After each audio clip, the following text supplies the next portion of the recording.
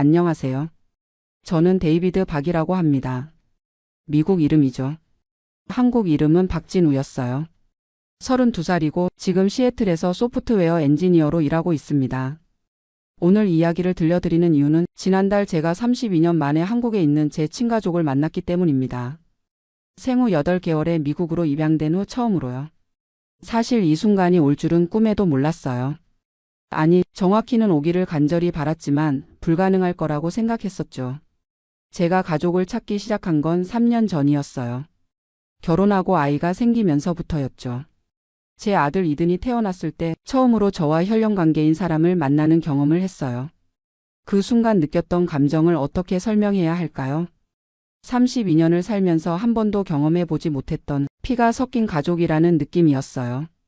저를 키워주신 양부모님은 정말 좋은 분들이었어요. 아버지 마이클은 변호사였고 어머니 수자는 간호사였죠. 저에게 최고의 교육을 시켜주셨고 사랑도 많이 받으며 자랐어요. 절대 부족함이 없었어요. 하지만 그럼에도 불구하고 항상 마음 한구석에는 빈 공간이 있었어요. 나는 어디서 왔을까? 내 진짜 부모는 누구일까? 왜 나를 보내야 했을까? 이런 궁금증들이요. 어렸을 때는 양부모님께 물어보기도 했어요. 엄마, 내 진짜 엄마는 어떤 사람이었을까요? 어머니는 항상 이렇게 대답하셨어요. 당신을 사랑했지만 키울 수 없는 상황이었을 거야. 그래서 당신이 더 좋은 환경에서 자랄 수 있도록 우리에게 보내준 거야. 그 말이 위로가 되기도 했지만 동시에 더 궁금하게 만들기도 했어요. 도대체 어떤 상황이었을까? 지금은 어떻게 살고 계실까? 10대 때는 반항기도 겪었어요. 당신들은 내 진짜 부모가 아니잖아. 라고 소리를 지른 적도 있었죠. 지금 생각해보면 양부모님께 정말 상처가 되는 말이었을 텐데 그때는 제 감정을 주체할 수 없었어요. 대학에 가서는 아시아계 학생들과 어울리기 시작했어요. 한국어도 조금씩 배워봤죠. 안녕하세요. 감사합니다. 사랑해요. 이런 기본적인 말들이요. 한국 음식도 좋아했어요. 불고기, 비빔밥, 김치찌개. 뭔가 익숙한 맛이었어요. DNA에 각인된 기억 같다고 해야 할까요? 대학 졸업 후 취직하고 제니퍼를 만나 결혼했어요. 제니퍼는 독일계 미국인이에요. 처음에는 제가 입양아라는 사실을 이해하기 어려워했어요. 왜 친가족을 찾고 싶어 하는지 모르겠다고 했죠. 지금 가족으로 충분하지 않냐고요. 하지만 임신하고 나서 생각이 바뀌더라고요. 병원에서 가족력을 물어볼 때마다 모른다고 답해야 하는 제 모습을 보면서 안타까워했어요. 유전적 질병이 있는지 알레르기는 어떤 게 있는지 아무것도 알 수 없었거든요. 그리고 이든이 태어났을 때 저는 완전히 달라졌어요. 제 아들을 보는 순간 이해할 수 없는 감정이 몰려왔어요. 이 아이는 저와 피가 연결되어 있구나. 32년 만에 처음 만나는 혈육이구나. 동시에 제 친어머니에 대한 생각도 바뀌었어요. 이든이를 키우면서 깨달았거든요. 아이를 손에서 놓는다는 게 얼마나 힘든 일인지를요. 제 어머니도 저를 포기하고 싶지 않았을 거예요. 정말 어쩔 수 없는 상황이었을 거라고 생각하니 원망보다는 안타까움이 더 컸어요. 그래서 2021년 본격적으로 친가족 찾기를 시작했어요. 먼저 홀트 아동복지회에 연락했죠. 저를 미국으로 보낸 기관이었거든요. 담당자분이 말씀하시길 제 입양 서류가 남아있다고 하더라고요. 하지만 친부모의 정보는 거의 없었어요. 어머니 성함만 김모 씨라고 되어 있고 나이는 당시 19세 미혼모였다고 기록되어 있었어요. 그게 전부였어요. 아버지에 대한 정보는 아예 없었고 어머니의 본명이나 주소, 연락처 같은 건 일체 기록되어 있지 않았어요. 1993년이니까 30년도 더 전 일이라 당시에는 그런 정보를 자세히 남기지 않았다고 하더라고요. 그래도 포기할 수 없었어요. 인터넷으로 해외 입양인들의 가족 찾기 사례들을 찾아봤죠. DNA 검사를 통해 가족을 찾은 사람들도 많더라고요. 23앤 및 앤세스트리.com 같은 사이트에 DNA를 등록했어요. 혹시 한국에 있는 친척들 중에 DNA 검사를 한 사람이 있다면 매치가 될 수도 있으니까요. 하지만 몇 달이 지나도 의미 있는 결과는 나오지 않았어요. 한국 사람들은 아직 DNA 검사를 많이 하지 않는다고 하더라고요. 미국처럼 대중화되지 않았다고 해서요. 그래서 다른 방법을 찾아봤어요. 한국의 입양인 지원 단체에도 연락해봤죠. 아동권리보장원이라는 곳에서 해외 입양인의 가족 찾기를 도와준다고 하더라고요. 하지만 거기서도 비슷한 이야기를 들었어요. 친부모가 먼저 가족 찾기를 신청해야 정보를 공개할 수 있다고 했어요. 제가 아무리 찾고 싶어도 상대방이 원하지 않으면 안 된다는 거죠. 이해는 했어요. 30년이 지난 지금 제 친어머니는 새로운 삶을 살고 계실 거예요. 결혼도 하셨을 테고 다른 자녀들도 있을 거고. 갑자기 옛날에 입양 보낸 아들이 나타난다면 곤란하실 수도 있겠죠. 그래도 계속 시도해 봤어요. 한국 방송국에도 연락해 봤어요. 가족을 찾아주는 프로그램이 있다고 들었거든요. 하지만 해외 거주자는 출연이 어렵다고 하더라고요. 2022년에는 직접 한국에 가봤어요. 신혼여행으로 제니퍼와 함께 갔죠. 홀트 아동복지회도 방문하고 혹시 제가 생활했던 위탁가정이 어디인지도 알아봤어요. 서울 강남구에 있는 홀트 아동복지회 건물에 갔을 때의 기분은 정말 묘했어요. 32년 전에 생후 8개월에 제가 이곳에서 시간을 보냈구나. 그때의 저는 뭘 생각했을까? 무서웠을까? 외로웠을까? 담당자분과 만나서 더 자세한 이야기를 들어봤어요. 제가 위탁 가정에서 약 3개월 정도 지낸 후 미국으로 갔다고 하더라고요. 위탁모님이 저를 정말 예쁘게 키워주셨다고 했어요. 건강하고 밝은 아이였다고. 그 이야기를 들으니 가슴이 뭉클해졌어요. 생후 8개월부터 11개월까지 짧지만 저를 사랑으로 돌봐주신 분이 계셨구나. 위탁모님을 만나 뵐 수 있는지 물어봤지만 이미 돌아가셨다고 하더라고요. 너무 아쉬웠어요. 아기였던 저에 대한 기억을 가지고 계셨을 텐데. 그 여행에서 저는 한국이라는 나라를 처음 제대로 경험했어요. 언어는 전혀 통하지 않았지만 묘하게 편안했어요. 사람들의 얼굴이 저와 닮았고 음식도 맛있었고 뭔가 이곳이 내 고향이구나라는 느낌이 들었어요. 명동과 강남을 걸어 다니면서 혹시 지나가는 사람 중에 제 가족이 있을까 하는 상상도 해봤어요. 저와 닮은 아저씨나 아주머니를 보면 괜히 더 오래 쳐다보기도 했죠. 하지만 그 여행으로는 가족을 찾을 수 없었어요. 실망스럽긴 했지만 그래도 한국을 경험할 수 있어서 의미가 있었어요. 미국으로 돌아와서도 계속 시도했어요. 인스타그램, 페이스북 같은 SNS에도 제 사연을 올려봤어요. 한국어로 번역해서요. 1993년에 태어나서 홀트 아동복지회를 통해 미국으로 입양된 박진우를 찾습니다. 라고. 몇몇 분들이 공유해 주시긴 했지만 역시 연락은 오지 않았어요. 점점 지쳐갔어요. 이든이를 키우면서 바빠지기도 했고 계속되는 실패에 마음도 지쳤거든요. 제니퍼가 위로해줬어요. 당신에게는 우리 가족이 있잖아. 이든이와 나 그리고 양부모님. 그것만으로도 충분하지 않아? 맞는 말이었어요. 저는 이미 충분히 사랑받고 있었거든요. 하지만 그래도 마음 한구석의 궁금증은 사라지지 않았어요. 2023년 말 거의 포기하고 있을 때였어요. 갑자기 홀트 아동복지회에서 연락이 왔어요. 박진우 씨와 관련해서 연락하신 분이 있습니다. 심장이 멈춘 것 같았어요. 전화 너머로 들리는 목소리가 떨리고 있었거든요. 어떤 분이신가요? 본인의 아들을 찾고 있다고 하시는 여성분이세요. 나이와 입양 시기가 일치해서 연락드렸습니다. 그 순간 눈물이 터져 나왔어요. 32년을 기다려온 순간이었어요. 담당자분 말씀으로는 제 친어머니께서 몇 달 전부터 가족 찾기를 신청하셨다고 했어요. 저와 마찬가지로 오랫동안 찾고 싶어 하셨지만 용기가 나지 않아서 미루고 계셨던 거죠. 그런데 최근에 건강이 안 좋아지시면서 죽기 전에 꼭 아들을 만나보고 싶다고 하셨대요. 처음에는 전화 통화를 했어요. 담당자분이 중간에서 통역을 해주셨죠. 안녕하세요. 어머니. 한국어로는 어머니밖에 말할 수 없었어요. 전화 너머에서 흐느끼는 소리가 들렸어요. 진우야. 진우야. 그 목소리를 들으니 뭔가 낯설지 않았어요. 처음 듣는 목소리인데도 편안했어요.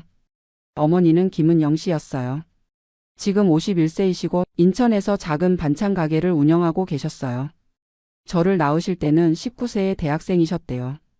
남자친구와 사귀다가 임신을 했는데 그 남자분이 책임지지 않고 도망을 갔다고 하더라고요. 1993년이니까 지금보다 미혼모에 대한 편견이 훨씬 심했던 시대였죠. 가족들도 반대했고 혼자 키우기에는 너무 어린 나이였대요. 어머니는 저를 낳은 후 3개월 동안 직접 키우셨다고 해요. 그때가 인생에서 가장 행복한 시간이었다고 하시더라고요. 하지만 경제적으로 너무 힘들어서 결국 더 나은 환경에서 키우라고 입양을 보내셨다고 했어요. 미국 가면 좋은 부모님 만나서 잘 살 거라고 했어. 그래도 매일매일 후회했어. 진우야를 보내지 말았어야 했나 싶어서. 30년 동안 후회하며 사셨다는 말씀을 들으니 가슴이 아팠어요. 제가 미국에서 행복하게 살고 있을 때 어머니는 죄책감에 시달리고 계셨던 거예요. 그 후로 어머니는 25세에 결혼하셨고 딸 하나와 아들 하나를 더 낳으셨대요. 제 동생들이죠. 하지만 남편분께는 저에 대한 이야기를 하지 못하셨다고 해요. 너무 미안해서요. 몇 년 전에 남편분이 돌아가신 후에야 동생들에게 제 이야기를 했다고 하더라고요. 그랬더니 동생들이 오빠를 꼭 찾아야 한다고 했다는 거예요. 여동생 김은지 씨는 지금 28세이고 간호사고 남동생 김민수 씨는 26세로 대학원생이래요. 둘 다 저를 정말 만나고 싶어 한다고 했어요. 전화 통화를 몇 번 더 한 후 저는 한국 방문을 결정했어요. 이번에는 혼자 갔어요. 제니퍼가 이든이를 돌봐주기로 했거든요. 2024년 3월 인천공항에 도착했을 때의 떨림은 정말 잊을 수 없어요. 드디어 제 가족을 만나는 날이었거든요. 어머니와 동생들이 공항에 마중 나와 계셨어요. 게이트에서 나오는 순간 저를 알아보시더라고요. 진우야. 어머니가 달려와서 저를 꼭 안아주셨어요. 32년 만의 포옹이었죠. 그 순간 모든 게 현실이 되었어요. 어머니는 제가 상상했던 것보다 훨씬 작으셨어요. 키가 150cm 정도밖에 안 되시더라고요. 그런데 저를 안아주시는 힘은 정말 강했어요. 여동생 은지는 저와 정말 많이 닮았어요. 눈 모양이 똑같았어요. 남동생 민수는 저보다 키가 더 크더라고요. 어머니가 진우 빼고는 다 크게 자랐다고 농담하시면서 웃으셨어요. 공항에서 인천 어머니 집까지 가는 동안 저는 창밖을 내내 바라봤어요. 이곳이 제가 태어난 곳이구나. 32년 전에 제가 봤을 풍경들이구나. 어머니 집은 작은 연립주택이었어요. 1층에서 반찬 가게를 하시고 2층에서 생활하고 계셨어요. 크지는 않았지만 정말 깔끔하고 따뜻한 집이었어요. 제 방도 마련해 두셨어요. 작은 방이었지만 제가 어렸을 때 사진들과 제가 미국에서 보낸 편지들이 액자에 걸려 있었어요. 이게 뭐예요? 놀랍게도 제가 양부모님과 함께 찍은 사진들이 있었어요. 어머니 말씀으로는 홀트 아동복지회에서 가끔 제 근황 사진을 보내줬다고 하시더라고요. 저도 몰랐던 일이에요. 어머니는 그 사진들을 소중히 간직하고 계셨어요. 이 사진은 진우가 5살 때, 이건 초등학교 입학식 때, 이건 고등학교 졸업식 때. 하나하나 설명해 주시는 어머니의 모습을 보니 정말 저를 그리워하셨구나 하는 생각이 들었어요. 그날 밤 늦게까지 이야기를 나눴어요. 통역 앱의 도움을 받아서요. 어머니는 제 미국 생활에 대해 궁금해하셨고 저는 어머니의 지난 30년에 대해 듣고 싶었어요. 어머니는 저를 보낸 후 한동안 우울증에 시달리셨다고 해요. 일도 제대로 할 수 없을 정도로 힘드셨대요. 그러다가 지금의 남편분을 만나서 결혼하셨고 동생들을 낳으면서 조금씩 나아지셨다고 하더라고요. 하지만 그래도 항상 저를 생각하셨대요. 제 생일인 4월 15일에는 매년 미역국을 끓여서 제 건강을 빌어주셨다고 해요. 그 이야기를 들으니 눈물이 났어요. 동생들과도 많은 이야기를 나눴어요. 은지는 저에게 오빠가 있다는 걸 알았을 때 너무 신기했다고 했어요. 민수는 미국에 있는 형을 언제 만날 수 있을까 궁금했다고 하더라고요. 다음 날부터는 어머니와 동생들이 서울 구경을 시켜줬어요. 경복궁, 명동, 한강공원. 32년 만에 보는 고향은 정말 아름다웠어요. 특히 한강에서 치킨을 먹으면서 맥주를 마실 때가 좋았어요. 어머니가 한국 사람은 다 이렇게 한다고 하시면서 웃으셨거든요. 저도 진짜 한국 사람이 된 기분이었어요. 어머니는 제가 좋아할 만한 한국 음식들을 계속 해주셨어요. 김치찌개, 된장찌개, 불고기, 갈비탕. 어릴 때부터 좋아했던 음식들이었는데 어머니가 해주시니 더 맛있었어요. 이 맛이야. 이게 진짜 한국 엄마 손맛이구나. 일주일 동안 머물렀는데 매일매일이 꿈 같았어요. 32년 동안 궁금했던 모든 것들이 풀려가는 느낌이었어요. 제가 어떻게 생겼는지, 누구를 닮았는지, 어떤 성격인지, 유전적 특징은 뭔지. 모든 퍼즐 조각들이 맞춰지는 느낌이었어요. 어머니 말씀으로는 제가 아버지를 많이 닮았다고 하더라고요. 키도 아버지 쪽이고 얼굴 윤곽도 그렇고. 아버지에 대한 이야기는 많이 하지 않으셨지만 나쁜 사람은 아니었다고 하시더라고요. 다만 너무 어려서 책임질 수 없었던 거라고. 한국을 떠나는 날 공항에서 이별할 때가 제일 힘들었어요. 어머니가 계속 우시더라고요. 이번엔 진짜 마지막 인사는 아니지? 다시 올 거지? 저도 울면서 약속드렸어요. 네, 어머니. 꼭 다시 올게요. 이제 가족이 어디 있는지 아니까 자주 올 수 있어요. 동생들도 형, 곧 미국에 놀러 갈게라고 했어요. 은지는 간호사니까 미국에서 일할 기회도 알아보고 있다고 하더라고요. 미국으로 돌아와서 제니퍼와 이든이에게 한국 이야기를 들려줬어요. 제니퍼는 당신이 이렇게 행복해하는 모습은 처음 본다고 하면서 기뻐해줬어요. 이든이에게는 이제 할머니가 한 분 더 생겼어라고 말해줬어요. 한국에 할머니와 이모, 삼촌이 있다고. 이든이도 언제 한국 가서 할머니 만날 거야? 라고 묻더라고요. 지금도 어머니와는 거의 매일 연락해요. 화상통화로 이든이 얼굴도 보여드리고 번역 앱으로 안부도 묻고. 어머니는 손자를 보시면서 정말 행복해하세요. 진호 닮았다. 우리 손자 정말 예쁘다. 이든이도 이제 할머니라는 한국말을 할 줄 알아요. 화상통화할 때마다 할머니 라고 손을 흔들어요. 동생들과도 자주 연락해요. 은지는 영어를 잘해서 직접 대화도 할 수 있어요. 민수는 아직 영어가 어려워하지만 그래도 번역기로 메시지를 주고받아요. 올 여름에는 제니퍼와 이든이를 데리고 한국에 갈 예정이에요. 어머니가 며느리와 손자를 정말 보고 싶어 하시거든요. 한국 전통 옷도 해주고 싶다고 하시고 한국 음식도 가르쳐주고 싶다고 하세요. 제니퍼도 시어머니를 만나는 게 어떨지 궁금하다고 해요. 한국어는 전혀 못하지만 마음으로는 통할 거라고 생각해요. 지금 생각해보면 32년이라는 시간이 전혀 아깝지 않아요. 그 시간 동안 저는 미국에서 좋은 교육받고 성장했고 어머니는 한국에서 동생들을 키우시며 살아오셨어요. 각자의 삶이 있었던 거죠. 만약 어렸을 때 만났다면 이렇게 서로를 이해하고 받아들이기 어려웠을 것 같아요. 지금의 나이가 되어서 만나니까 서로의 입장을 충분히 이해할 수 있었어요. 어머니도 이제야 마음이 편해졌다고 하세요. 아들이 잘 자랐다는 걸 확인하셨으니까요. 30년 동안의 죄책감과 그리움이 조금은 해소되신 것 같아요. 저도 마찬가지예요. 32년 동안 마음 한구석에 있던 빈 공간이 채워진 느낌이에요. 물론 아직도 어색한 부분들이 있어요. 언어도 통하지 않고 문화도 다르고. 하지만 그런 건 시간이 해결해 줄 거라고 생각해요. 가장 좋은 건 이든이에게 더 많은 가족을 만들어줄 수 있다는 거예요. 이제 이든이는 미국의 할아버지 할머니뿐만 아니라 한국의 할머니와 이모, 삼촌도 있어요. 두 나라의 문화를 모두 경험할 수 있겠죠. 한국어도 본격적으로 배우기 시작했어요. 어머니와 더 깊은 대화를 하고 싶거든요. 지금은 번역기에 의존하고 있지만 언젠가는 직접 한국말로 사랑해요라고 말씀드리고 싶어요. 양부모님도 정말 기뻐해 주셨어요. 처음에는 조금 섭섭해 하실까봐 걱정했는데 오히려 내가 뿌리를 찾아서 다행이다라고 하시더라고요. 우리는 너를 키워준 부모고 한국에는 너를 낳아준 부모가 있는 거야. 둘 다 소중한 가족이야 라고. 이제는 명절 때 어디를 갈지 고민이에요. 추수감사절은 미국 양부모님과 보내고 설날이나 추석은 한국에 가서 보내면 어떨까 싶어요. 이든이에게도 좋은 경험이 될 것 같고요. 어머니는 진우가 한국에 오래 머물 수 있으면 좋겠다고 하세요. 아예 한국으로 이사와서 살면 어떻겠냐고도 하시고. 그런 마음은 감사하지만 제 삶의 터전은 미국이에요. 대신 자주 왔다 갔다 하면서 지낼 생각이에요. 소프트웨어 엔지니어는 리모트 워크가 가능한 직업이라 한국에서 몇 주씩 일하는 것도 가능해요. 회사에서도 이해해주고 있고요. 32년 만에 가족을 찾은 경험을 통해 깨달은 게 있어요. 포기하지 않으면 기적이 일어날 수 있다는 거예요. 불가능해 보였던 일도 계속 노력하고 기다리면 언젠가는 이루어질 수 있어요. 그리고 가족이라는 건 혈연만으로 만들어지는 게 아니라는 것도 알았어요. 저를 키워주신 양부모님도 진짜 부모님이고 저를 낳아주신 친어머니도 진짜 어머니예요. 서로 다른 사랑을 주신 분들이지만 모두 소중한 가족이에요. 해외 입양인들 중에는 아직도 가족을 찾고 있는 분들이 많아요.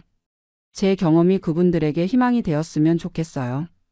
포기하지 말고 계속 시도해보라고 말씀드리고 싶어요. 한국 정부와 입양기관들도 더 많은 도움을 주었으면 좋겠어요. DNA 검사 시스템을 더 체계적으로 만들고 가족 찾기 프로그램도 확대했으면 해요. 저처럼 운 좋게 가족을 찾는 사람만이 아니라 모든 해외 입양인들이 자신의 뿌리를 찾을 수 있도록. 지금 제가 가장 기대하는 건 이든이가 자라서 한국을 어떻게 생각할지예요. 아빠의 고향인 한국을 사랑하게 될지, 할머니와 이모, 삼촌과 가까워질 수 있을지. 그런 상상을 하면 정말 설레어요. 어머니도 손자가 한국말 배워서 할머니랑 대화하는 날이 오면 좋겠다고 하세요. 그날이 오면 정말 완벽한 해피엔딩이 될 것 같아요. 32년 동안 궁금했던 질문들이 모두 답을 찾았어요. 나는 누구인가, 어디서 왔는가, 누구를 닮았는가. 이제는 자신 있게 말할 수 있어요. 저는 박진우이자 데이비드 박이에요. 한국에서 태어나 미국에서 자란 두 나라를 모두 고향으로 가진 사람이에요. 김은영이라는 어머니가 사랑으로 낳아주시고 마이클과 수잔이라는 부모님이 사랑으로 키워주신 아들이에요.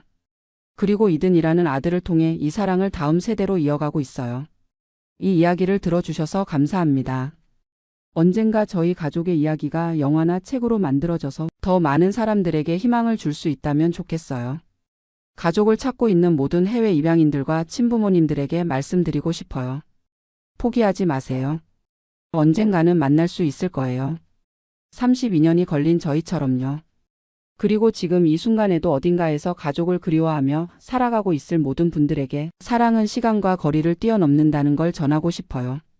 저와 어머니의 32년 만의 재회가 그 증거니까요. 감사합니다. 안녕하세요. 저는 올해 74세 된 김재환이라고 합니다. 독일 디셀도르프에서 30년을 살았는데요. 은퇴하고 나서야 처음으로 고향이 이렇게 그리울 줄 몰랐습니다. 30년이라는 세월이 정말 길다면 길고 짧다면 짧은데 돌이켜보니 그동안 한 번도 고향이 그립다는 생각을 해본 적이 없었거든요.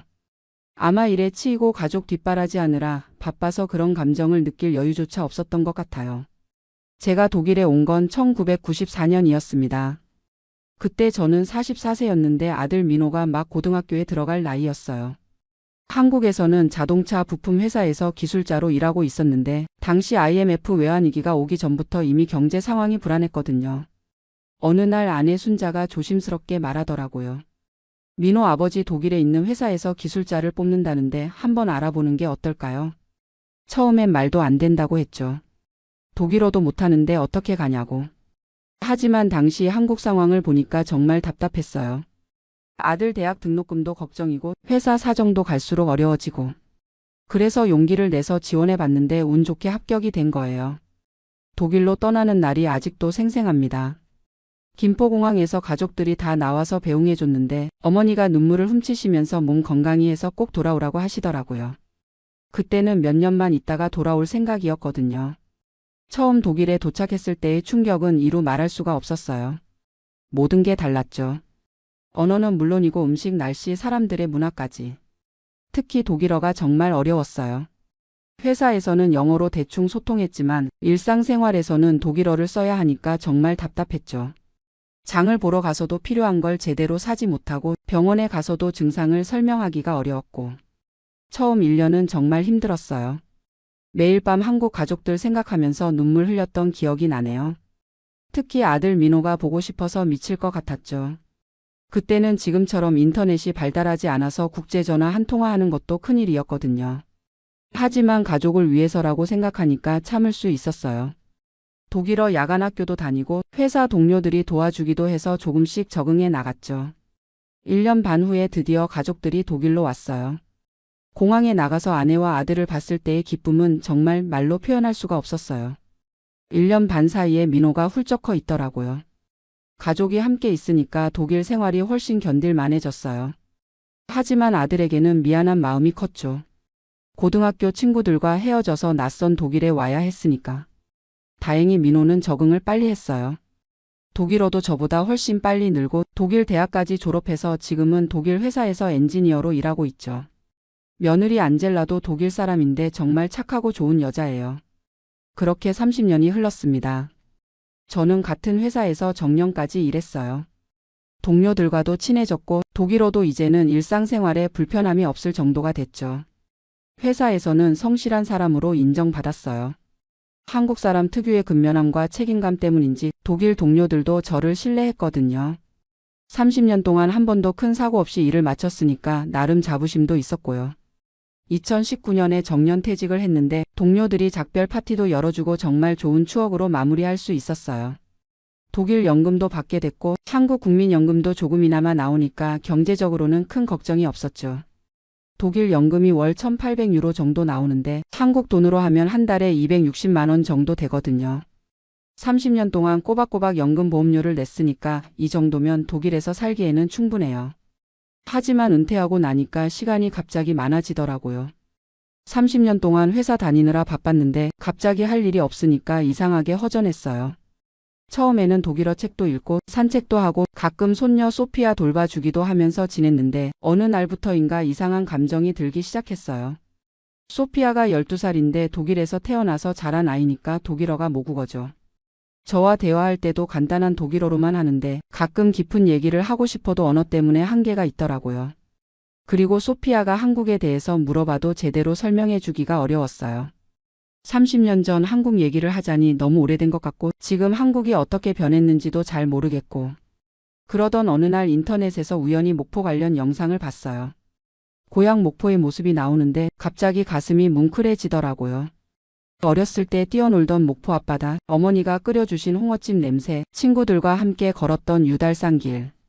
그런 추억들이 주마등처럼 스쳐 지나가는 거예요. 그 이후로는 한국 관련 뉴스나 영상을 자주 보게 됐어요. 서울이 이렇게 발전했구나, K-팝이라는 게 세계적으로 인기가 많구나, 이런 것들을 보면서 신기하기도 하고 자랑스럽기도 했죠. 특히 코로나19 때 한국의 방역이 잘 됐다는 뉴스를 보면서 우리나라가 정말 선진국이 됐구나 하는 생각이 들었어요. 제가 떠났을 때와는 정말 다른 모습이더라고요. 그러면서 자연스럽게 고향 친구들이 궁금해졌어요. 30년 동안 연락을 거의 못했거든요. 가끔 명절 때 안부 전화 정도만 했을 뿐이죠.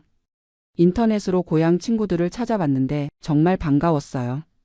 중학교 동창 중에 몇 명과 연락이 닿았거든요. 친구들과 화상통화를 하는데 30년 만에 보는 얼굴들이 모두 나이가 들어 있더라고요. 저도 마찬가지겠지만 세월의 흐름을 실감할 수 있었죠.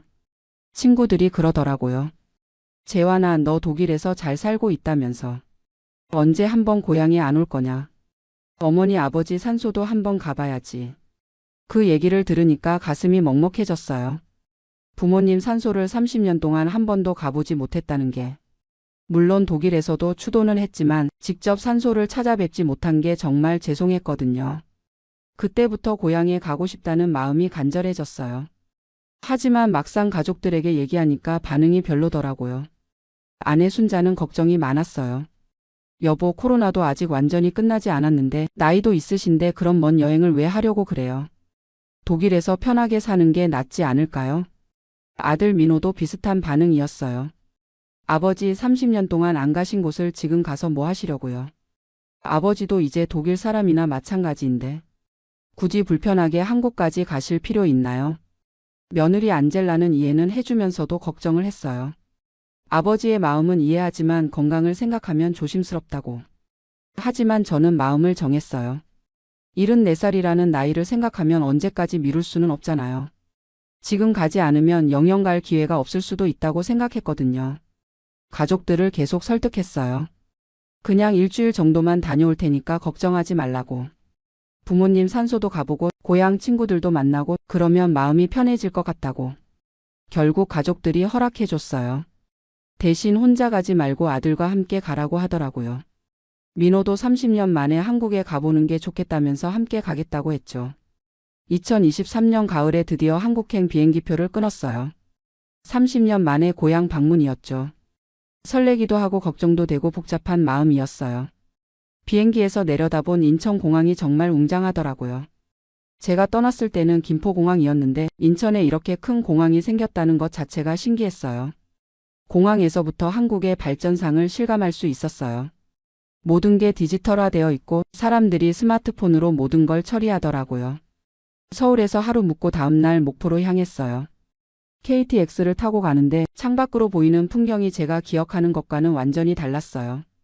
고속도로도 넓어지고 새로 생긴 도시들도 많고 목포역에 도착했을 때의 감격은 정말 말로 표현할 수가 없었어요. 30년 만에 밟는 고향 땅이었거든요. 아들 민호도 어렸을 때의 기억을 떠올리며 감동하더라고요. 하지만 목포도 많이 변해 있었어요. 제가 어렸을 때 살던 동네는 재개발이 되어서 아파트가 들어서 있고 옛날 골목길들은 많이 사라져 있더라고요. 그래도 목포 앞바다는 여전히 그대로였어요. 어렸을 때 친구들과 고기 잡으러 다니던 그 바다. 파도 소리를 들으니까 어린 시절이 생생하게 떠올랐어요. 유달산에도 올라가 봤어요. 예전보다 등산로가 잘 정비되어 있고 정상에서 내려다본 목포 시내도 많이 달라져 있었지만 그 느낌만큼은 여전했어요. 고향 친구들과의 만남이 가장 감동적이었어요. 30년 만에 만난 친구들이었는데 처음에는 서로 알아보지 못할 정도로 늙어 있었지만 이야기를 나누다 보니 어릴 때 그 모습 그대로더라고요. 친구들이 그러더라고요. 재환아, 너 독일에서 고생 많이 했구나. 외국에서 혼자 사는 게 얼마나 힘들었을까. 그런 말을 들으니까 그동안 쌓였던 마음의 응어리가 풀리는 것 같았어요. 30년 동안 고생했다는 걸 알아주는 사람이 있다는 게 고마웠거든요. 부모님 산소에 간 날은 정말 눈물이 많이 났어요. 30년 동안 찾아뵙지 못해서 죄송하다고, 독일에서 열심히 살았다고, 손자도 잘 키웠다고 말씀드렸어요. 산소 앞에서 절을 올리는데 아들 민호도 함께 절을 하면서 눈물을 흘리더라고요. 민호에게도 할아버지 할머니에 대한 그리움이 있었나 봐요. 고향에서의 일주일은 정말 빨리 지나갔어요. 친구들과 옛날 얘기도 하고 어렸을 때 다녔던 학교도 가보고 추억이 깃든 곳들을 하나하나 둘러봤어요. 특히 어머니가 자주 가시던 목포 전통시장에 가봤는데 그때의 냄새와 분위기가 그대로 남아있더라고요. 홍어찜도 사서 먹어봤는데 어릴 때 그 맛 그대로였어요. 하지만 일주일이 지나니까 이상하게 독일이 그리워지기 시작했어요. 30년을 산 곳이니까 이제는 독일이 제 삶의 터전이 된 거죠. 아내도 보고 싶고 며느리 안젤라와 손녀 소피아도 보고 싶어졌어요. 독일로 돌아가는 비행기에서 생각이 많았어요. 고향 방문을 통해서 깨달은 게 있었거든요. 30년 동안 저는 고향을 그리워한 것이 아니라 어린 시절의 추억을 그리워했던 것 같아요. 지금의 목포는 제가 기억하는 그 목포가 아니었거든요. 시간이 흘러서 모든 게 변해 있었죠.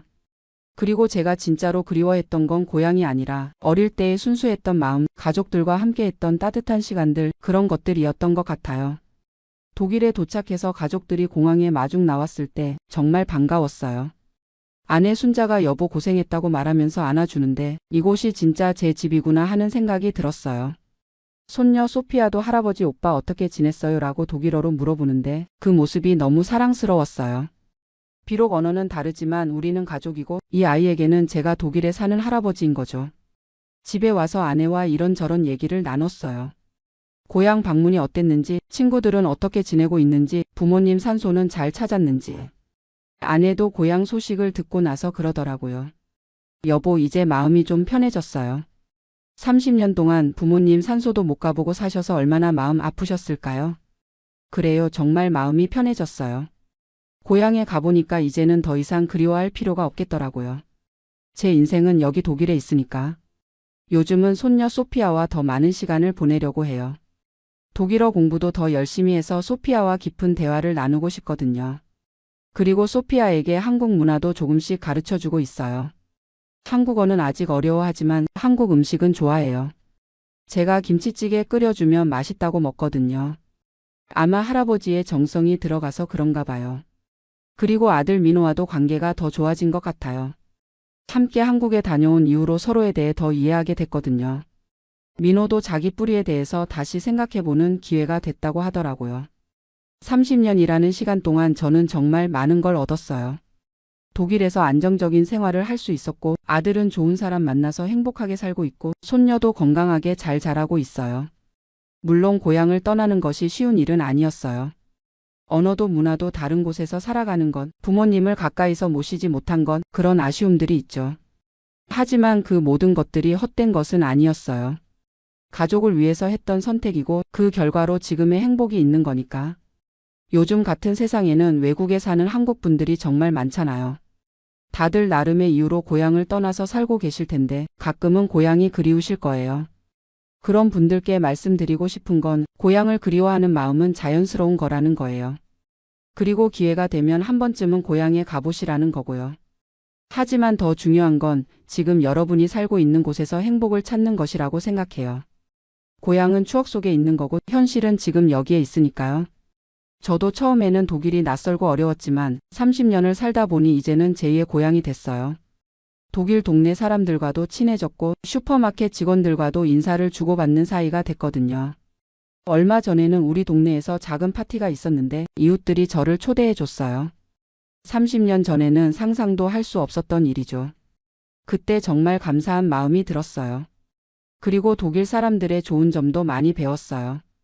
일과 휴식의 균형을 중시하는 것, 환경을 생각하는 마음, 다른 사람을 배려하는 문화.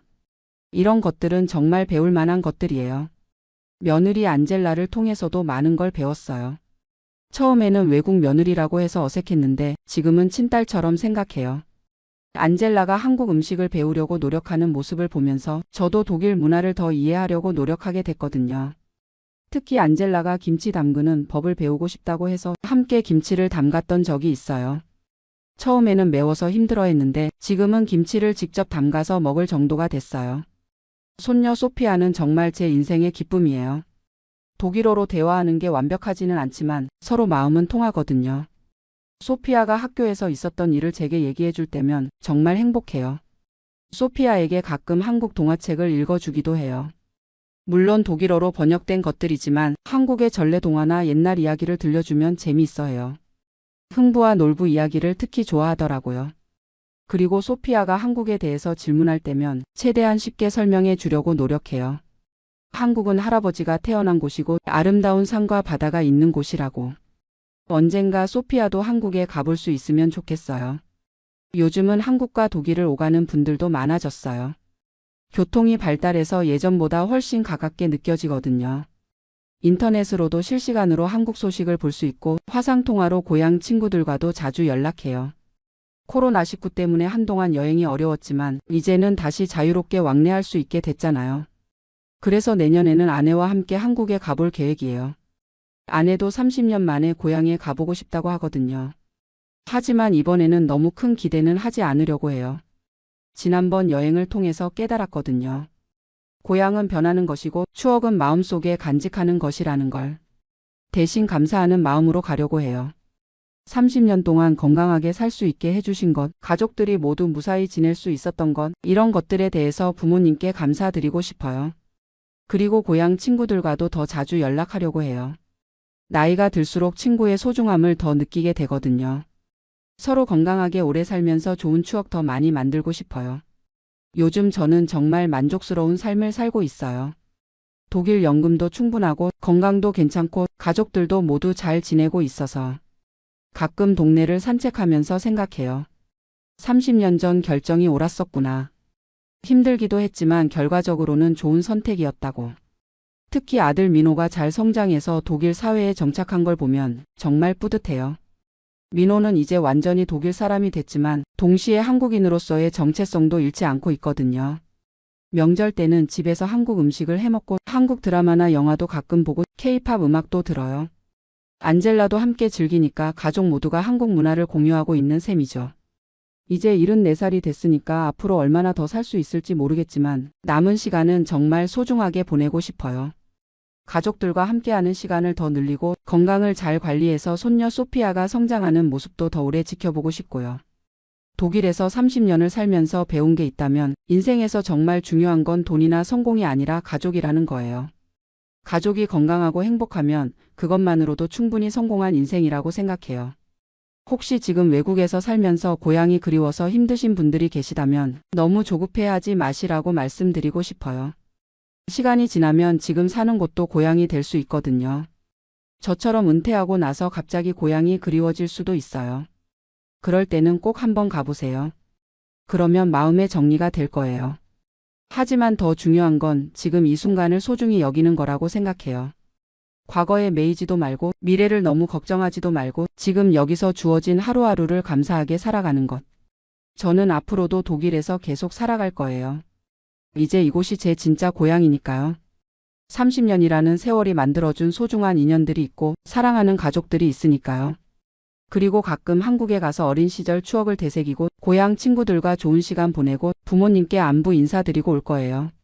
마지막으로 30년 동안 저를 따뜻하게 받아준 독일 사람들에게도 감사드리고 싶어요. 낯선 외국인이었던 저를 동등한 이웃으로 대해주셔서 정말 고마웠어요. 그리고 무엇보다 30년 동안 함께 고생해준 아내 순자에게 가장 고마워요. 혼자서는 절대 할 수 없었던 일이었거든요. 앞으로도 건강하게 오래 살면서 함께 행복한 시간 보내고 싶어요. 고향을 그리워하는 것도 좋지만 지금 내가 있는 곳에서 행복을 찾는 것이 더 중요하다는 것. 그것이 74살이 되어서야 깨달은 인생의 지혜입니다. 감사합니다. 안녕하세요. 저는 지금 뉴질랜드 오클랜드에 살고 있는 42세 남자입니다. 한국에서 IT 회사 팀장으로 일하다가 3년 전 가족들과 함께 뉴질랜드로 이민을 왔어요. 솔직히 말하면 지금 이 사연을 쓰고 있는 저 자신이 좀 부끄럽습니다. 3년이라는 시간 동안 그렇게 열심히 준비했던 이민인데 막상 와보니 생각했던 것과 너무 달랐거든요. 사실 처음에는 정말 설렜어요. 미세먼지 없는 깨끗한 공기, 아이가 마음껏 뛰어놀 수 있는 넓은 자연, 일과 삶의 균형이 잡힌 여유로운 삶. 그런 것들을 꿈꾸며 이민을 준비했죠. 하지만 막상 와서 살아보니 예상하지 못했던 것들이 너무 많았어요. 특히 가장 힘든 건 한국이 이렇게 그리워질 줄 몰랐다는 거예요. 지금부터 제가 경험한 뉴질랜드 이민의 현실, 그리고 왜 한국이 그리워지게 되었는지 솔직하게 말씀드려 보려고 합니다. 혹시 뉴질랜드 이민을 생각하고 계신 분들까? 조금이라도 도움이 되었으면 좋겠어요. 저희가 뉴질랜드 이민을 처음 생각하게 된 건 딸 아이가 초등학교 5학년이었을 때였어요. 제가 다니던 회사가 판교에 있었는데 매일 아침 출근길에 보는 회색빛 하늘과 아이가 학원에서 학원으로 뛰어다니는 모습을 보니까 문득 이게 맞나 싶더라고요. 특히 결정적이었던 건 딸아이가 어느 날 저한테 이런 말을 했어요. 아빠, 나는 언제 친구들이랑 그냥 놀 수 있어? 그 말을 듣는 순간 가슴이 먹먹해지더라고요. 아이가 정말로 원하는 건 뭘까? 우리가 아이에게 주고 싶은 삶은 뭘까? 그런 생각들이 계속 들었어요. 그때 마침 회사 동료 중에 호주로 이민을 간 형이 있었는데 그 형이 보내준 사진들을 보니까 정말 부러웠어요. 넓은 집 앞마당에서 바비큐를 하고 아이들이 마음껏 뛰어놀고 있는 모습들요. 부인하고도 여러 번 이야기를 나눴어요. 부인은 처음에는 반대했어요. 우리가 여기서 나름 안정적으로 살고 있는데 왜 굳이 힘들게 외국으로 가려고 하냐고 하더라고요. 하지만 저는 계속 설득했어요. 아이의 미래를 생각해보자, 더 좋은 환경에서 키워주자, 우리도 여유로운 삶을 살아보자고요. 그러던 중에 뉴질랜드라는 나라를 알게 됐어요. 호주보다는 작지만 자연환경이 정말 좋고 교육 시스템도 괜찮고 무엇보다 기술 이민으로 갈 수 있는 길이 있더라고요. 저는 원래 전산학을 전공했고 회사에서도 개발팀 팀장을 맡고 있었거든요. IELTS 점수만 잘 받으면 충분히 가능해 보였어요. 그때부터 본격적으로 준비를 시작했습니다. 먼저 IELTS 공부부터 했어요. 회사 일이 끝나고 집에 와서 밤 12시까지 영어 공부를 했죠. 처음에는 정말 힘들었어요. 대학교 때 이후로 제대로 된 영어 공부를 한 적이 없어서 듣기부터 막히더라고요. 하지만 목표가 확실하니까 포기할 수가 없었어요. 부인도 함께 공부했어요. 아이는 어려서 금방 적응할 거라고 생각했지만 부인이 영어를 못하면 현지에서 생활하기 어려울 것 같았거든요. 그래서 가족 모두가 함께 영어 공부를 시작했어요. 6개월 만에 IELTS 점수를 받았어요. 저는 겨우 6.5점, 부인은 6.0점이었지만 그래도 뉴질랜드 이민 점수로는 충분했어요. 그 다음에는 서류 준비였어요. 학력 인증, 경력 증명, 건강검진, 무범죄 증명서. 정말 할 게 산더미였어요. 특히 학력 인증은 뉴질랜드 자격평가기관에서 받아야 해서 몇 달이 걸렸어요. 이민 변호사도 고용했어요. 비용이 만만치 않았지만 혼자 하기에는 너무 복잡하더라고요.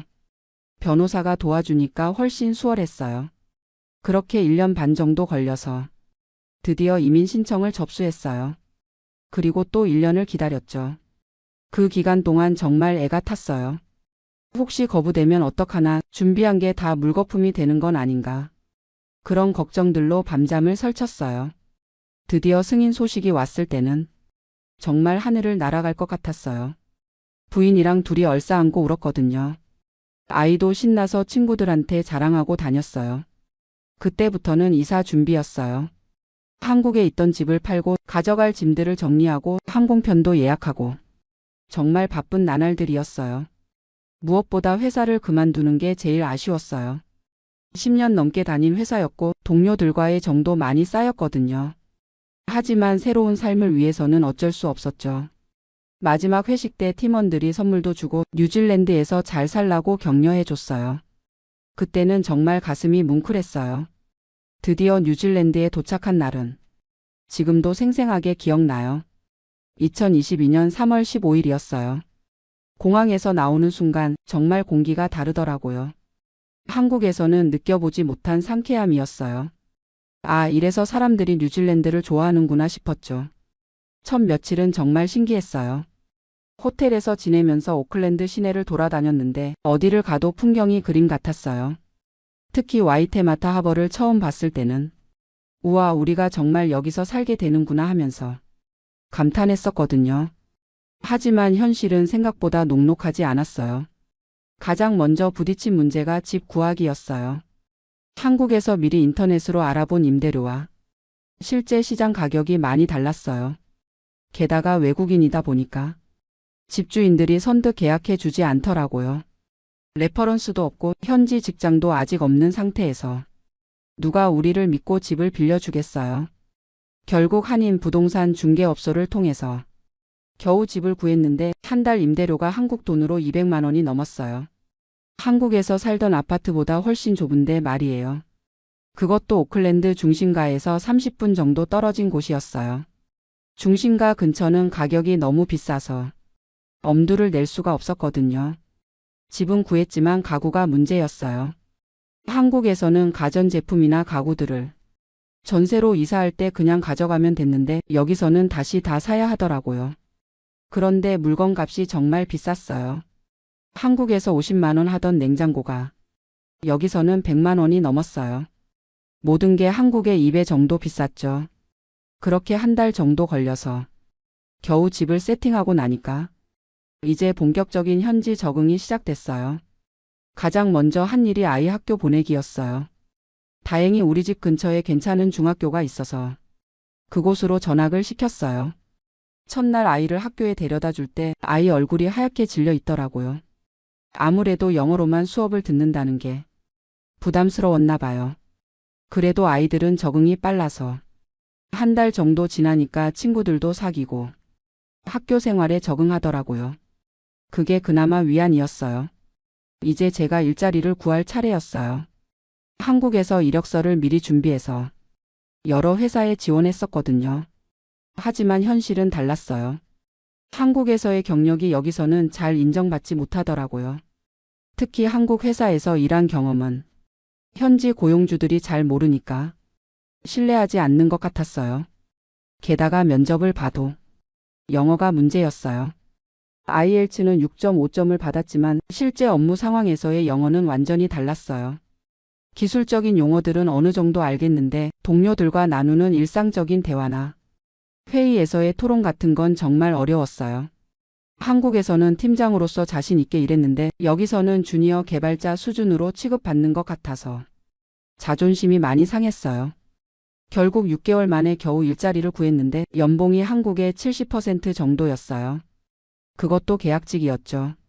첫 출근 날 동료들이 인사하는 걸 보니까 정말 문화가 달랐어요. 한국처럼 위아래 구분이 없고 모든 사람을 이름으로 불러요. 처음에는 신기했어요. 이게 바로 수평적 조직 문화구나 싶었죠. 하지만 점점 적응하기 어려워지더라고요. 한국에서는 팀장으로서 어느 정도 권한이 있었는데 여기서는 그냥 팀원 중 한 명일 뿐이었어요. 의견을 내고 싶어도 영어가 걸려서 제대로 표현하기 어려웠고요. 점심시간에도 문제였어요. 한국에서는 동료들과 함께 식당에 가서 식사하면서 이런저런 이야기를 나눴는데 여기서는 각자 도시락을 싸와서 혼자 먹는 경우가 많더라고요. 그러다 보니까 동료들과 친해지기가 쉽지 않았어요. 업무 이외의 개인적인 대화를 나눌 기회가 별로 없었거든요. 그런데 가장 힘든 건 생활비였어요. 임대료, 전기세, 가스비, 인터넷비. 모든 고정비가 한국의 2배 정도였어요. 특히 식비가 문제였어요. 마트에서 장을 보는데 한국 돈으로 쌀 10kg이 5만 원, 닭고기 1kg이 2만 원이더라고요. 한식 재료는 더 비쌌어요. 한인 마트에서 김치 1kg에 2만 원, 고추장 하나에 1만 5천 원. 정말 깜짝 놀랐어요. 외식은 더 비쌌어요. 짜장면 한 그릇이 2만 원, 갈비탕이 3만 원이더라고요. 가족들과 한식당에 한 번 가면 10만 원은 기본이었어요. 그래서 집에서 해먹는 일이 많아졌는데 부인이 스트레스를 많이 받더라고요. 한국에서는 반찬 가게에서 사다 먹거나 배달 음식도 자주 시켜 먹었는데 여기서는 모든 걸 직접 만들어야 하니까요. 그러다가 결정적인 사건이 하나 있었어요. 어느 날 아이가 학교에서 돌아와서 울고 있더라고요. 무슨 일이냐고 물어보니까 반 친구들이 너는 아시아 사람이니까 수학을 잘할 거야 라고 놀렸다는 거예요. 그 얘기를 듣는 순간 정말 화가 났어요. 우리 아이가 인종차별을 당했다는 게 믿기지 않았거든요. 뉴질랜드는 다문화 국가라고 해서 그런 일은 없을 거라고 생각했는데 아이들 세계에서는 여전히 그런 게 있더라고요. 그때부터 아이가 학교 가기를 싫어하기 시작했어요. 아빠, 우리 언제 한국 가? 라고 자꾸 물어보더라고요. 그런 아이를 보면서 정말 마음이 아팠어요. 우리가 아이에게 더 좋은 환경을 만들어 주려고 온 건데 오히려 아이가 힘들어하고 있는 게 아닌가. 그런 생각이 들었거든요. 부인도 점점 힘들어했어요.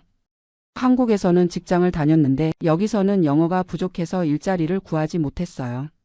그러다 보니까 하루 종일 집에만 있게 되고 사람들과 만날 일도 별로 없고 점점 우울해지더라고요. 한국에 있을 때는 친구들과 자주 만나고 쇼핑도 하고 영화도 보고 했는데 여기서는 그런 여가 생활을 하기가 쉽지 않았어요. 무엇보다 언어 때문에 현지 사람들과 깊은 대화를 나누기 어려웠거든요. 그러다 보니까 점점 고립감을 느끼게 됐어요. 저도 회사에서 스트레스를 받고 있었어요. 한국에서는 경험이 많고 능력 있는 개발자였는데 여기서는 항상 주눅이 들어 있더라고요.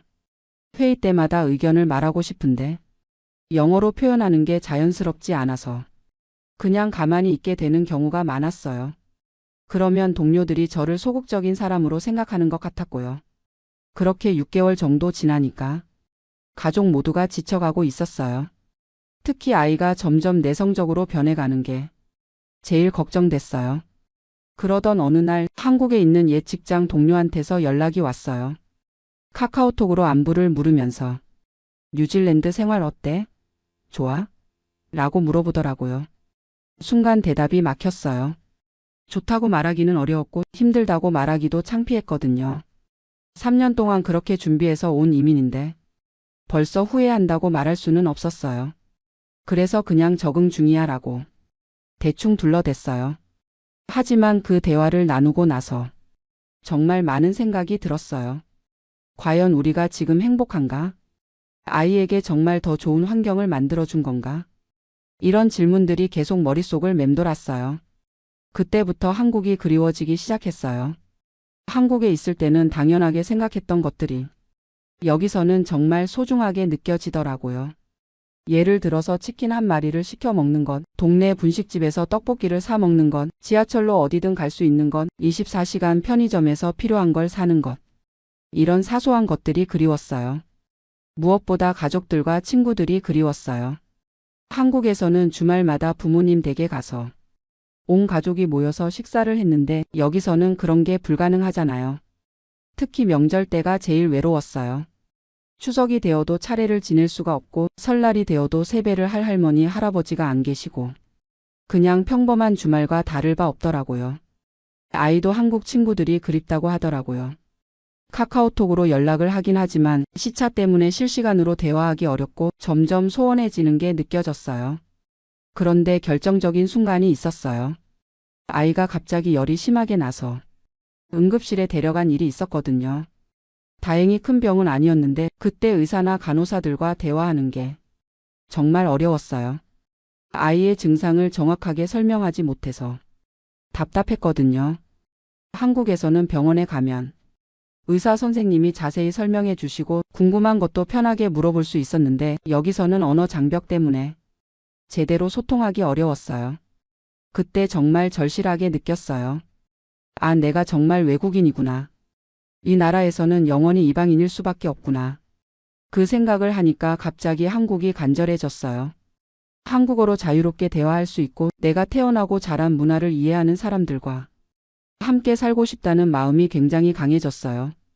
그때부터 부인하고 진지하게 이야기를 나눴어요. 우리가 정말 여기서 계속 살아야 할까? 아이에게 정말 이게 좋은 건가? 우리가 행복하지 않은데 무슨 의미가 있을까? 부인도 솔직하게 말하더라고요. 나도 한국이 그립다. 여기서는 내가 누구인지 모르겠다. 한국에서는 나름 자신 있게 살았는데 여기서는 항상 위축되어 있는 것 같다. 아이도 마찬가지였어요. 아빠, 나는 한국 친구들이 그리워. 여기 친구들도 좋지만 뭔가 마음을 다 털어놓을 수 없어. 그런 이야기들을 나누면서 우리가 과연 올바른 선택을 한 건지 의문이 들기 시작했어요. 물론 뉴질랜드의 장점들도 분명히 있어요. 공기가 정말 좋고 자연환경은 한국과 비교할 수 없이 아름답고 사회 시스템도 안정적이에요. 하지만 그런 것들만으로는 일상의 외로움과 소외감을 채울 수가 없더라고요. 특히 아이를 보면서 많이 고민됐어요. 아이가 뉴질랜드에서 자라면 영어는 완벽하게 할 수 있을 거고 국제적인 감각도 기를 수 있을 거예요. 하지만 동시에 한국어는 점점 잊어버릴 테고 한국 문화와도 점점 멀어질 것 같았어요. 그러면 아이의 정체성은 어떻게 될까? 그런 걱정이 들었거든요. 지금 와서 생각해보니 제가 이민을 준비할 때 너무 이상적으로만 생각했던 것 같아요. 뉴질랜드의 좋은 점들만 보고 실제로 그곳에서 살면서 겪게 될 현실적인 어려움들은 제대로 생각하지 못했어요. 언어 문제, 문화 차이, 인종 차별, 높은 생활비, 사회적 고립감. 이런 것들을 미리 알았다면 조금 더 신중하게 결정했을 것 같아요. 특히 저희 같은 중년 이민자들에게는 적응이 생각보다 훨씬 어려워요. 20대였다면 모르겠지만 40대 중반에 완전히 새로운 환경에 적응한다는 건 정말 쉽지 않더라고요. 특히 한국에서 어느 정도 성공한 삶을 살았던 사람일수록 더 힘들 수 있어요. 한국에서의 지위나 경험이 여기서는 별로 인정받지 못하니까요. 그렇다고 해서 이민을 완전히 후회하는 건 아니에요. 이 경험을 통해서 많은 걸 배웠거든요. 가장 큰 깨달음은 행복이라는 게 단순히 환경의 문제만은 아니라는 거예요. 아무리 좋은 환경에 있어도 마음이 편하지 않으면 행복할 수 없더라고요. 그리고 가족의 소중함을 다시 한번 느꼈어요. 한국에 있을 때는 당연하게 생각했던 할머니, 할아버지, 삼촌, 이모 이런 가족들의 존재가 얼마나 큰 힘이 되는지 떨어져 살아보니까 확실히 알겠더라고요. 또 문화라는 게 얼마나 중요한지도 깨달았어요. 같은 언어를 쓰고 같은 정서를 공유하고 같은 역사를 가진 사람들과 함께 산다는 것이 얼마나 편안한 일인지 실감했어요. 지금 저희는 고민 중이에요. 한국으로 돌아갈지 여기서 계속 버틸지. 아직 확실한 결론을 내리지는 못했어요. 돌아간다면 다시 처음부터 시작해야 해요. 집도 없고 직장도 없고. 그것도 쉽지 않은 선택이거든요. 하지만 머물러 있자니 가족들이 행복하지 않은 것 같아서 마음이 무거워요. 특히 아이를 생각하면 더 복잡해져요. 지금 돌아가면 아이가 한국 교육 시스템에 다시 적응해야 하는데 그것도 아이에게는 스트레스일 거예요. 하지만 여기서 계속 지내면서 아이가 정체성 혼란을 겪는 것도 걱정되고요. 요즘 아이와 많은 대화를 나누고 있어요. 너는 어디서 살고 싶어? 뭐가 더 좋아? 이런 것들을 물어보면서 아이 의견도 듣고 있어요. 아이는 아직 어려서 확실한 답을 주지는 못하지만 한국 친구들과 한국 음식 그리고 할머니, 할아버지가 그립다고 해요. 부인과도 계속 이야기하고 있어요. 우리가 정말 원했던 게 뭐였지? 행복하게 사는 게 목표였는데 지금 우리가 행복한가? 솔직히 말하면 답은 뻔해요. 지금 저희는 행복하지 않아요. 물론 완전히 불행한 건 아니지만 한국에 있을 때보다는 확실히 만족도가 떨어져요. 그렇다면 선택은 명확하죠. 하지만 그 선택을 실행에 옮기는 건 또 다른 용기가 필요해요. 3년 동안 준비해서 온 이민을 1년 만에 포기한다는 게 쉽게 받아들여지지 않거든요. 주변 사람들 눈도 신경 쓰이고 경제적 손실도 만만치 않고요. 하지만 점점 확신이 서고 있어요. 내 인생에서 가장 중요한 건 다른 사람들의 시선이 아니라 우리 가족의 행복이다. 돈을 다시 벌 수는 있지만 아이의 어린 시절은 다시 돌아오지 않으니까요. 우리 가족이 웃으면서 지낼 수 있는 곳에서 사는 게 가장 중요한 것 같아요. 그래서 내년 초쯤에는 한국으로 돌아갈 계획을 세우고 있어요. 물론 쉽지 않을 거예요. 집도 다시 구해야 하고 일자리도 다시 찾아야 하고 아이 학교 문제도 해결해야 하고. 하지만 그래도 그게 우리에게는 더 나은 선택일 것 같아요. 이 사연을 쓰면서 정말 많은 생각이 들었어요. 혹시 뉴질랜드 이민을 준비하고 계신 분들이 이 글을 보신다면 꼭 신중하게 결정하셨으면 좋겠어요. 뉴질랜드는 분명 좋은 나라예요. 자연환경도 아름답고 사회 시스템도 안정적이고 사람들도 대체로 친절해요. 하지만 그것만으로는 행복한 삶을 보장해 주지 않아요. 언어, 문화, 인종, 경제. 이런 현실적인 문제들도 꼼꼼히 따져보시기 바라요. 특히 중년의 가족 단위로 이민을 생각하신다면 더욱 신중해야 해요. 적응이 생각보다 훨씬 어렵거든요. 그리고 무엇보다 왜 이민을 가려고 하는지 그 이유를 명확히 하시는 게 중요해요. 만약 단순히 한국 생활이 힘들어서 또는 막연히 외국 생활에 대한 환상 때문이라면 다시 한번 생각해 보시기 바라요. 하지만 명확한 목표와 계획이 있고 현실적인 어려움들도 충분히 고려한 상태라면 도전해 볼 만하다고 생각해요. 저희처럼 되돌아오는 것도 하나의 선택이니까요. 실패가 아니라 하나의 경험이라고 생각하고 있어요. 지금 이 순간에도 뉴질랜드에서 행복하게 잘 살고 계신 한국 분들이 많이 계실 거예요. 그분들에게는 정말 좋은 선택이었을 거고요. 다만 저희에게는 한국이 더 맞는 것 같다는 거죠. 사람마다 다르니까요. 마지막으로 한 가지 더 말씀드리고 싶은 건 이민을 준비하실 때 가족 모두의 의견을 충분히 들어보시라는 거예요. 저는 제가 결정하고 가족들을 설득했는데 지금 생각해보니 그게 잘못이었던 것 같아요. 가족 모두가 진심으로 원할 때 이민을 결정하는 게 맞는 것 같아요. 그리고 이민 후에도 지속적으로 가족들과 대화하면서 서로의 마음을 확인하는 게 중요해요. 혹시 힘들어하는 가족이 있다면 빨리 해결책을 찾아야 하고요. 저희는 이제 한국으로 돌아가서 다시 새로운 시작을 준비하고 있어요. 물론 쉽지 않겠지만 가족이 함께 있으면 뭐든 할 수 있다고 믿어요. 뉴질랜드에서의 1년 반은 힘들었지만 소중한 경험이었어요. 아이도 영어 실력이 늘었고 저희 부부도 더 끈끈해진 것 같고 무엇보다 정말 소중한 것이 무엇인지 깨달을 수 있었거든요. 그래서 후회하지 않아요. 이 경험이 있었기에 앞으로는 더 현명한 선택을 할 수 있을 것 같아요. 마지막으로 이 사연을 읽어주신 모든 분들께 감사드려요. 저의 솔직한 이야기가 누군가에게는 도움이 되었으면 좋겠어요. 그리고 지금 해외에서 힘들게 생활하고 계신 모든 분들께도 응원의 말씀을 드리고 싶어요. 어떤 선택을 하든 그것이 여러분에게는 최선의 선택일 거라고 믿어요. 행복은 멀리 있는 게 아니라 마음에 있는 거라는 걸 이번 경험을 통해 배웠어요. 어디에 있든 가족이 함께하고 서로 사랑하면서 살 수 있다면 그것만으로도 충분히 행복한 것 같아요. 긴 이야기 들어주셔서 정말 감사합니다.